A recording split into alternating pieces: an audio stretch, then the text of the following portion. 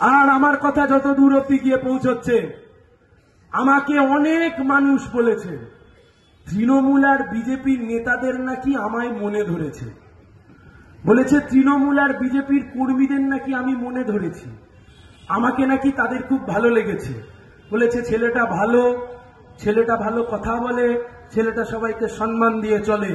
দাদা আপনাকে বলছি, মন যখন দিয়েই ফেলেছেন ভোটটাও এবার দিয়েই দিন। আগামী 25শে মে 4 নম্বর বোতামটা টিপেই দিন। ওতে আপনারও মঙ্গল, আমাদের মঙ্গল, হলদিয়ার মঙ্গল, সবার মঙ্গল, রাজ্যের মঙ্গল, দেশের মঙ্গল।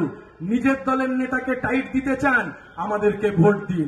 বিজেপিকে টাইট দিতে চান, আমাদেরকে ভোট দিন। তৃণমূলকে টাইট দিতে চান, আমাদেরকে ভোট দিন। নিজের দলের নতুনদের টাইট দিতে চান, আমাদের ভোট দিন। জিনিসের দাম কমাতে চান, আমাদেরকে ভোট দিন। হলদিয়ায় নতুন শিল্প চান, আমাদেরকে ভোট দিন। শিক্ষিত ছেলেমেয়েরা চাকরি চাও, আমাদেরকে ভোট দাও।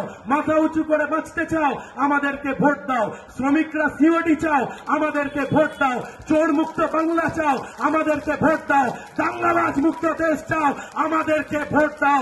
আজ থেকে 2 সপ্তাহের মধ্যে তমলুকটার নতুন সাংসদ পাবে, কেউ আটকাতে পারবে না। হলদিয়াতে মুখ্যমন্ত্রী আর প্রধানমন্ত্রী ডেলি প্যাসেঞ্জারি করলেও সেখান থেকে সিপিএম জিতবে। আসুন হলদিয়াতে বিরোধী দলনেতা, প্রধানমন্ত্রী, মুখ্যমন্ত্রী যে পারেন যতবার আসুন। 4 তারিখ হলদিয়া থেকে লাল ঝান্ডা লিড নেবে, একথা বলে যাচ্ছি আজকে।